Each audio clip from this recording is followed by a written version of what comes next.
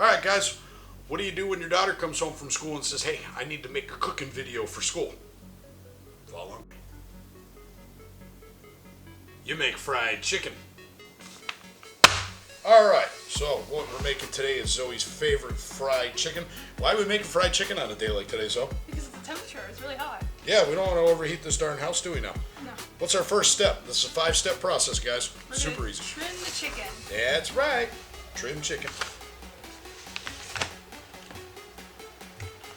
We've already washed our hands.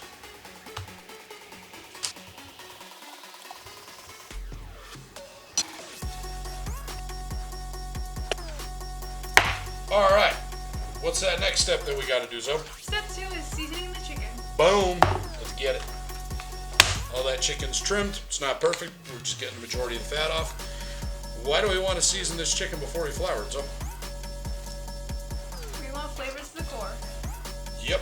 All right. So we're just doing a light seasoning. Use whatever seasoning you guys want, man. Some of us want salt and pepper. Me, I'm using a little special rub that I use for most of my barbecue needs. It's just a mix of a lot of other seasonings. Remember, guys, nobody likes bland fried chicken. Simple as that. At least I don't. If you do, good on you. You'll probably outlive me. All right. We'll be getting on to step 3 here in just a minute. All right, so we're back, and we're on step what? Step 3. Which is? Set up the flour station and season the flour. Boom. Let's get it. Okay, ladies and gents, why don't you grab out a pen and paper if you want to keep track of this recipe. Zoe's going to read it out as we speak. Let's roll, Zoe. A cup of flour, 2 teaspoons of black pepper, 2 teaspoons of Italian seasoning, 2 teaspoons smoked paprika, 1 teaspoon of chili powder, 1 teaspoon of garlic pepper, a half teaspoon of onion powder, a half teaspoon of salt. All right, now all these are times 3, guys, because we're doing 3 different stations. In this middle station right here, we're actually going to be putting some club soda and seltzer water to make sure it's plain. I'm going to use about 12 ounces of it. I'm trying to create like a pancake batter kind of consistency. And I would highly recommend pre-mixing your seasonings in advance because, wow, doesn't it just make life that much easier? It's all about saving time, right? So we're going to dump in all of our seasonings. We're going to get to the mixing part. We're going to stir up our flour, seasoned flour, get that all nice and ready. And here in a minute, once that oil, we have a heavy bottom pan over here. Why are we using a heavy bottom pan, Zoe? So the temperature doesn't drop when we're frying the chicken. Yeah, absolutely. And we're not going to fill this pan past halfway. Why? Because it's just a lot safer. It won't flood over. It won't boil over. We're shooting for 350 degrees. I don't know if any of you guys have a thermometer that's meant for specifically checking the temperature of our fried chicken for the oil.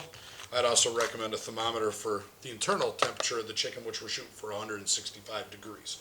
All right, guys, so step 4 is when we actually start battering everything. I'm using, like I said, just a plain flavorless seltzer water. It's really going to help fluff up that chicken in between that and the baking powder, which was, I believe, a half teaspoon per station. It's a 3-station setup. So here in just a minute, we'll start dipping our chicken once I get all 3 of these set, and then we will fry. All right, guys, we're at step number 4. Now we're going to send it through its 3 areas of flouring. Go ahead, Zoe. Let's get it. Yep. There we go. We got to make sure we get some of that beautiful seasoned flour on all sides. We got a wonderful little batter in the middle. That's going to make this extra crispy, extra crunchy, and probably the best darn chicken tender you ever had in your life without even having skin on it, guys. So that's a total win. Alright, so after we get this one done, we're going to batter them all up. We'll bring it back when we fry.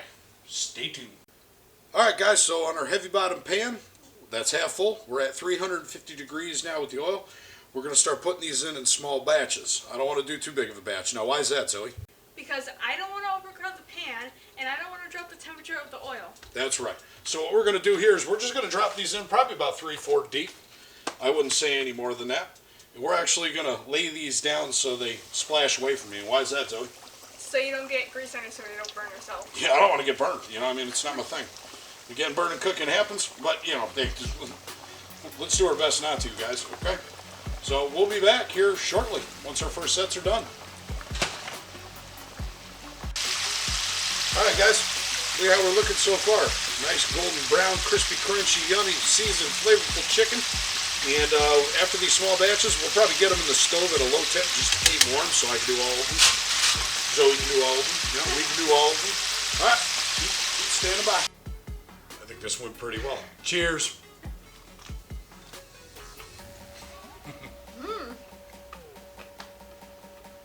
Make it. Why are you so small? Alright guys, so since you just did this clip with me, I'm not really worried about any subscribers, any people from the YouTube world. But you know what I would like? The likes. You do the likes, it's like a high five directly to Zoe. And she deserves it. She did a hell of a job with me today.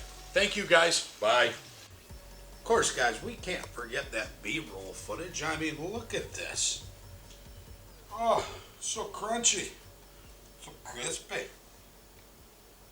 Okay. See ya.